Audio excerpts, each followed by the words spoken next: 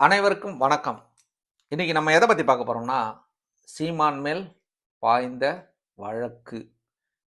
என்ன வழக்கு? ஏன் பாய்ஞ்சுது? என்னென்னலாம் கதை சொன்னாங்க? அதை பத்தி வாங்க தெளிவா நம்ம வீடியோல போய் பார்ப்போம். தாவேகா வழக்கறிஞர் பிரிவிலிருந்து ஒரு கம்ப்ளைண்ட்.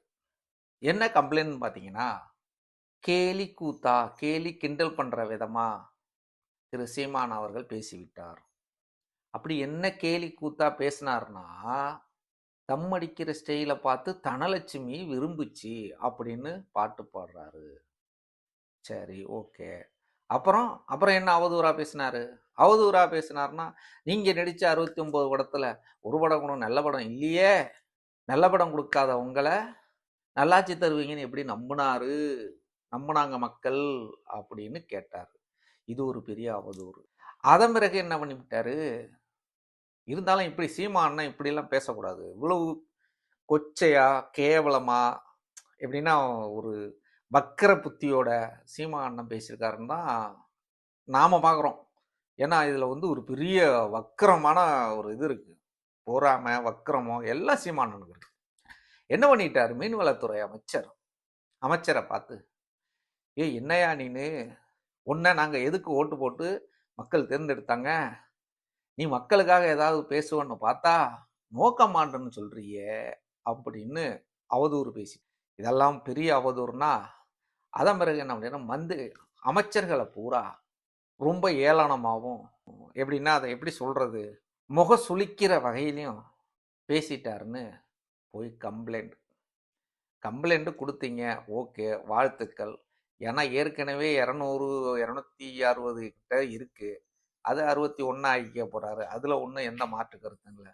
சொன்ன கருத்துல என்ன குறை கண்டுபிடிச்சு நடந்ததை சொல்றது அவதூறுனா, அவதூறுக்கு பேர் என்ன? அவதூறுக்கு பேர் என்னன்னா, நடக்காத ஒன்று இருக்குல்ல, அதையெல்லாம் நடந்ததா சொல்றோம்ல, அதுக்கு பேர் தான் அவதூறு. இப்போ ஒரு ஆம்பளைய பார்த்து நீ ஒரு பொம்பளை அப்படின்னம்னா அதுக்கு பேர் அவதூறு. என்ன அவர் ஆம்பளை, நீங்க எப்படி அவதூறா சொல்லலாம், அவரை பொம்பளைன்னு சொல்லலாம் அப்படின்னு நீங்க அவதூறு வழக்கு போடலாம். இல்ல தகாத வார்த்தைகளாலோ இல்ல வேற ஏதாவது பேசியிருந்தாலோ நீங்க அவதூறு வழக்கு போட்டீங்க, ஃபைல் பண்ணீங்க, இதெல்லாம் அவதூறுன்னு சொல்லி நீங்க ஒரு இண்டிகேட் பண்ணியிருக்கீங்க. அதுல okay, I salute for you. ஆமாம், அவதூறு, பெரிய அவதூறு தான். அது வந்து ரொம்ப இதாக தான் பேசிட்டாரு. அது அவதூறு வழக்கு போட்டீங்க. ஆனால் அவதூறு வழக்கு இப்படி ஒரு நல்ல முதலமைச்சர் மேல கேலியும் கிண்டலுமா பேசுறாருன்னு சொன்னீங்களே, சொல்லிட்டு ஒரு வார்த்தை சொன்னீங்க தெரியுமா? ஷாக் ஆயிட்டோம். இப்ப நீங்க சொன்னதுக்கு இப்ப இந்த வீடியோ நான் போடுறேன், நீங்களே பாருங்க, இவங்க என்ன பேசியிருக்காங்கன்னு பாருங்க. பல நலத்திட்டங்கள் பண்ணியிருக்காரு. உதாரணத்துக்கு 717 மது கடைகளை மூடப்பட்டிருக்கு, 200 யூனிட் மின்சாரம் இலவசமா கொடுத்திருக்காரு, விவசாயிகளுக்கு 50,000 வரை பயிர்க்கடன் தள்ளுபடி பண்ணியிருக்காரு, சிங்கப்பெண் அதிரடி படை உருவாக்கி இருக்காரு, பருத்தி இறக்குமதியில் 11% வரை வரி தள்ளுபடி பண்ணியிருக்காரு, ஆழமான கல் துவாரிகளுக்கு தடை விதிச்சிருக்காரு, கோவில், மருத்துவம், ரேஷன் போன்ற துறைகளில் ஏற்படும் ஊழல்களை கண்டறிந்து அதுக்கு தக்க நடவடிக்கை எடுத்துட்டு வராரு. மகளிர் தொகைய 1000 ரூபாய ஊக்குவிக்கும் வண்ணம் தடையில்லாம இப்ப வரைக்கும் கொடுத்துட்டு இருக்காரு. அம்மா உணவகம்ல சிறந்த சுவையான ருசியான அதை மேம்படுத்தும் விதமா உணவுகளை கொடுத்துட்டு இருக்காரு. சில தொகுதிகள்ல தண்ணீர் பிரச்சனை, பேருந்து பிரச்சனை எல்லாத்தையும் சரி செய்து மக்களுக்கு நல்லது செஞ்சுட்டு இருக்காரு. அரசு மருத்துவமனைகள் மற்றும் சில மருத்துவமனைகள்ல ஃபேன் புதுசா போட்டிருக்காரு. இந்த மாதிரி ஒரு மாத காலத்திற்குள்ளேயே எவ்வளவு நல்லது பண்ண ஒரு தமிழக முதலமைச்சரை இந்த மாதிரி ஒரு தரக்குறைவா மக்கள் வந்து சிரிக்கிறாங்க, சில அந்த கூட்டத்துல சிரிப்புக்காகவும் கைத்தட்டலுக்காகவும் மட்டுமே சீமான் அவர்கள் இந்த மாதிரி தரக்குறைவா பேசுறதும், மீன்வளத்துறை அமைச்சர் ஸ்ரீநாத்தை ஒரு தரக்குறைவா பேசுறதும் வன்மையா கண்டிச்சு சீமான் அவர்கள் மீது இந்த கமிஷனர் ஆபீஸ்ல நாங்க டிஃபமேட்டரி கேஸ் ஒரு புகார் கொடுத்திருக்கோம்.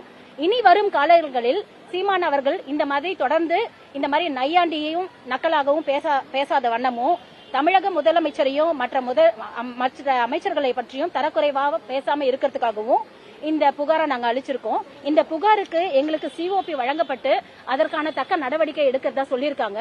பேசினதை கேட்டீங்களா? இதுல பேசியிருக்காங்கல்ல, இதுக்கு தான் இவங்க மேல அவதூறு வழக்கு போடும். ஏன்னா சொல்லியிருக்காங்க, பெண்கள் உரிமை தொகையை செயல்படுத்தின முதலமைச்சர். என்ன சொன்னீங்க? 2500 பெண்களுக்கு கொடுப்பேன்னு சொன்னீங்க. ஆனா மொட்டையா தலையும் இல்லாம வாலும் இல்லாம நடுப்பகுதி எடுத்து சொல்ற மாதிரி பெண்களுக்கு மகளிர் உரிமை தொகை கொடுத்துருக்காரு. அழகா செயல்படுத்திருக்காரு. அதை கண்டினியூ பண்ணி செயல்படுத்திருக்காரு.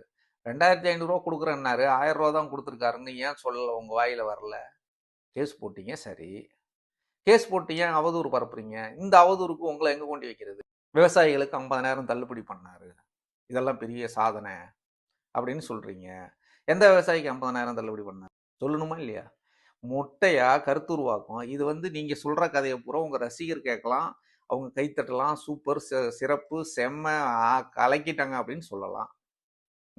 எந்த விவசாயிக்கு 50,000 தள்ளுபடி பண்ணாங்க? ஏன் தங்கச்சி சொல்லுங்க தங்கச்சி, எந்த எந்த விவசாயிக்கு பண்ணாங்க? என்ன சொன்னீங்க நீங்க? விவசாய கடன் தள்ளுபடி பண்ணுவோன்னு சொன்னீங்க.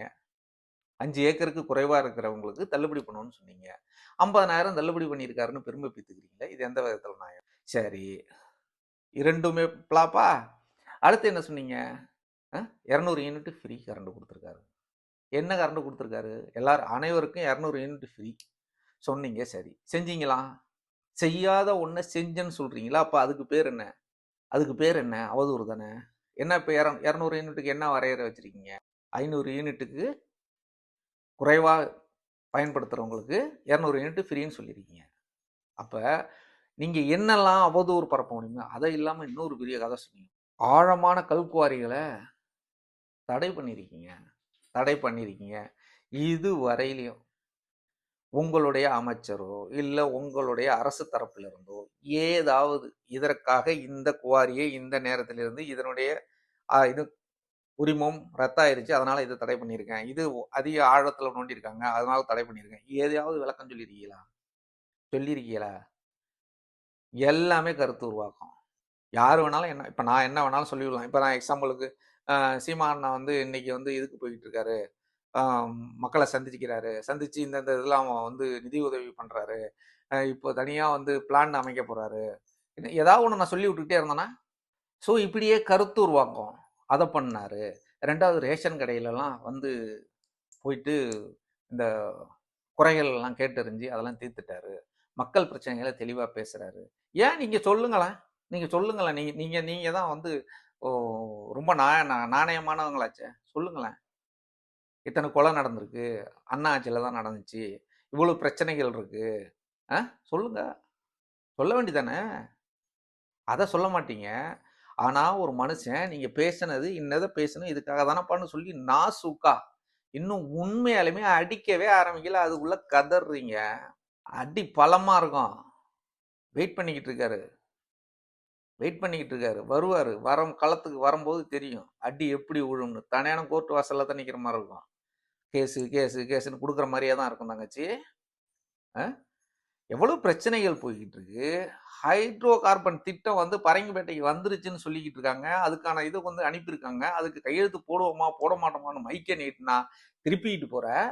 ஏன் சொல்லு, நீ தான் தைரியமான ஆளாச்சே, சொல்லு. தப்பு. நாங்க வந்து குறை சொல்றது எங்களோட நோக்கம் இல்லை. நான் குறை சொன்னா திருத்திக்க, ஒரு குறை இருக்குன்னா அதை திருத்துறதுக்கு முயற்சி பண்ணு.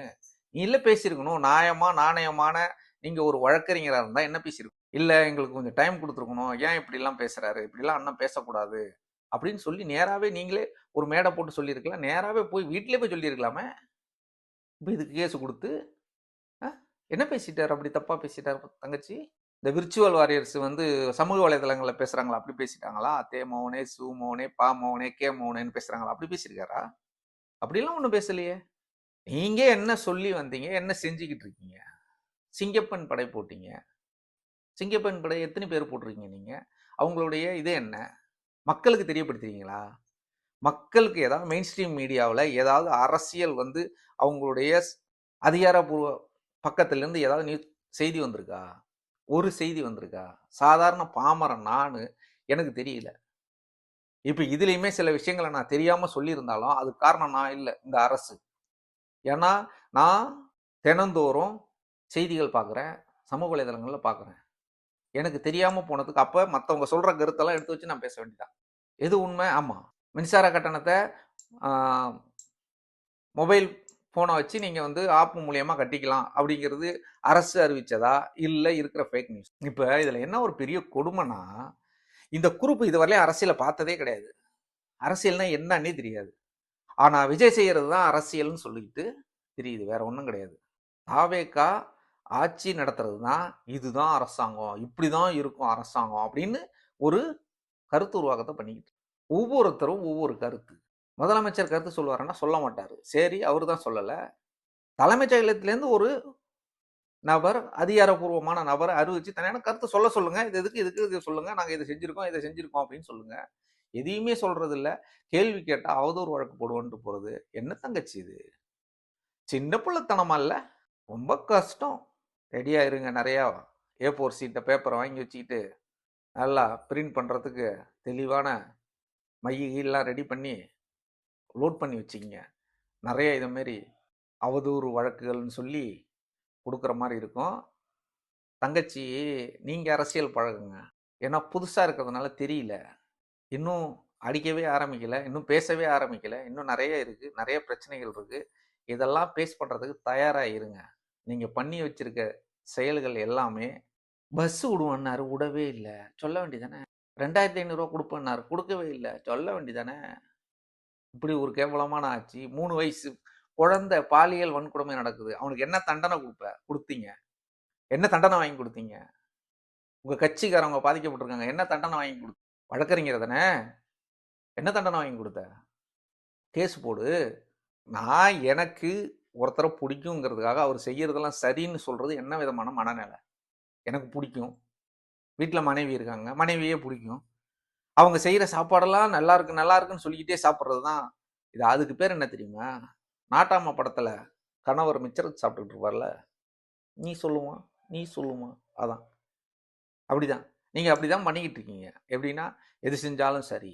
ரசிக மனப்பான்மையை விட்டு வெளியில் வாங்க தங்கச்சி. தப்புன்னா நீங்கள்லாம் ஒரு பொறுப்பில் இருக்கிற தங்கச்சி. நீங்கள் வந்து என்ன செய்யணும்னா, எல்லாத்தையும் சுட்டி காட்டணும். சரிங்களா? இப்படிலாம் பண்ணாதீங்க, சுட்டி காட்டுங்க. ரொம்ப கேவலமான ஒரு அரசியல் பண்ணிக்கிட்டு இருக்கீங்க. எங்கேயும் எல்லா இடத்துலையும் பிரச்சனை இருக்குது. எங்கே பிரச்சனை இல்லைன்னு நினைக்கிறீங்க? உங்கள் கட்சிக்காரங்களே பிரச்சனை தான். நம்ம என்ன சொல்ல வரோம்னா, மக்களுக்கு சேவை செய்ய வந்திருக்கீங்க, செய்யுங்க. அந்த மக்களில் நாங்களும் ஒருத்தர் தான், அதில் எந்த மாற்று கருத்தும் இல்லை. சரியாக செஞ்சிருந்தீங்கன்னா சரின்னு சொல்கிறோம், சொல்ல போகிறோம், அவ்வளோதானே. தயவு செய்து அரசியல் பழகுங்க. ஏன்னா தானோன்னு அரசியல் பண்ணாதீங்க. இந்த சேலத்தில் நடந்த பிரச்சனைக்கு போயிட்டு ஒரு கேஸை போட்டு விடுங்க. எம்எல்ஏ சரவணன் பிரச்சனையில் மாட்டிருக்காரு, அவர்கிட்ட போய் பிரச்சனையை வந்து கேஸ் கொடுத்து அவருக்கு தண்டனை வாங்கி கொடுங்க. கட்சி மேலிடத்துல பேசுங்க, நீக்க சொல்லுங்க, இதெல்லாம் சொல்லுங்க. சென்னையிலே நடந்திருக்கு. எத்தனை கட்சி பிரமுகர்களுக்கு சிக்கியிருக்காங்க, அவங்களுக்குலாம் தண்டனை வாங்கி கொடுங்க. எல்லா மாவட்ட செயலாளர்களும் வசூல் வேட்டையில் இறங்கிட்டாங்க. அதுக்கு போயிட்டு கண்டுபிடிச்சி விஜய் அண்ணா காதுக்கு கொண்டு போங்க. நாங்கள் சல்யூட் பண்ணுறோம், சிறப்பாக சொல்கிறோம். தங்கச்சி நல்லா செய்கிறீங்க, வாழ்த்துக்கள் தங்கச்சி. இதையே இப்படி தான் இருக்கணும், அரசியல்னா இப்படி தான் பண்ணணும். நல்ல விஷயத்த பாராட்டுறதும் தப்பான விஷயத்த சுட்டி காட்டுறதும் தான் ஒரு நல்ல குடிமகனுடைய கடமை அப்படின்னு நாங்களே சொல்கிறோம். நானே வீடியோ போடுறேன், எல்லாரும் வீடியோ போடுவோம், வாழ்த்துவோம். விஜய் அண்ணாவே செஞ்சாங்கன்னா, நல்லது செஞ்சாங்கன்னா பாருங்க, சொன்னதை இப்போ இதெல்லாம் செஞ்சிருந்தாருன்னா, கரெக்டாக சொன்னதை செஞ்சிருந்தாருன்னா நாங்களே வாழ்த்த தானே போகிறோம். சூப்பர், சொன்னதை செஞ்சுட்டாரு, என்ன பண்ணாரோ செஞ்சுட்டாரு, ஓகே, வெரி குட்டு, நல்லா பண்ணுறாரு அப்படி தான் சொல்ல போகிறோம். தப்பு இருக்கும்போது சின்ன சின்ன தப்பெல்லாம் சுட்டி காட்டுறதும் வேண்டும். சுட்டி காட்டாமல் இருந்தால் நம்மளுடைய குறைகளை நம்ம திருத்திக்கவே மாட்டோம். நான் உங்கள்கிட்டே பேசிட்டேன் ஒரு வார்த்தை, தப்பான வார்த்தையே பேசுகிறேன் உங்கள்கிட்ட. நீங்கள் கடந்து போயிட்டீங்கன்னா அந்த வார்த்தையை திரும்ப திரும்ப திரும்ப திரும்ப நான் பயன்படுத்திக்கிட்டே இருப்பேன். அப்போ நீங்கள் செய்ய வேண்டிய வேலை என்னன்னா, அண்ணா சாரி, அந்த மாதிரி வார்த்தைகளை என்கிட்ட பயன்படுத்தாதீங்க, எனக்கு ஒரு மாதிரியா இருக்குது, தயவுசெய்து பயன்படுத்தாதீங்க அப்படின்னு நீங்கள் சொல்லி அதை நான் பயன்படுத்தினேன்னா அது தப்பு. நீங்கள் எனக்கு சொல்லவும் மாட்டீங்க, ஆனால் நான் திரும்ப வந்து அவர் இப்படி பேசுகிறாருன்னு குறை சொல்லிக்கிட்டே இருப்பீங்களா? அப்படி இல்லை, சுட்டி காட்டுங்க, எல்லாத்துக்கும் குரல் கொடுங்க, நாங்களே சல்யூட் பண்ணுறோம். சீமானன் மேலே கேஸ் போடுறதெல்லாம் வந்து கேஸ் எல்லாம் அவருக்கு ஓகே. அதனால் அடுத்தடுத்த கேஸுக்கு என்ன அந்த கேஸனுடைய தன்மை எப்படி இருக்குன்னு தெளிவாக பார்ப்போம். ஓகேங்களா? நன்றி.